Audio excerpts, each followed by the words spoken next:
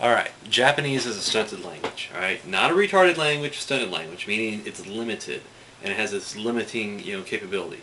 And that's part of what happens when you have a language based on characters, like with Chinese, and there's some other languages like that too.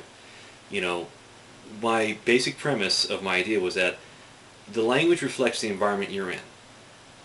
Because of that, if you have a very wide open, expansive environment, you're going to have a very wide open, expansive, language that's going to cover everything that's in your environment. Um, so, case in point, Hawaii. Hawaii has a language of, like, what is it, 17 letters. I mean, it's this very small, limited language.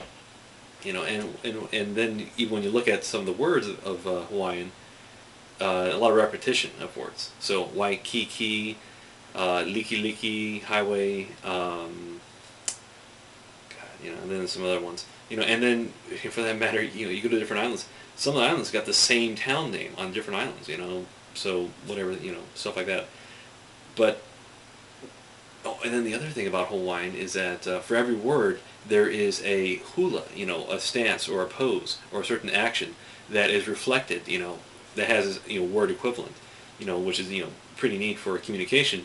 But at the same time, it means like, okay, so it's basically anybody can figure out what you're saying, from a distance, and not everybody has to be trained in this long, complicated thing.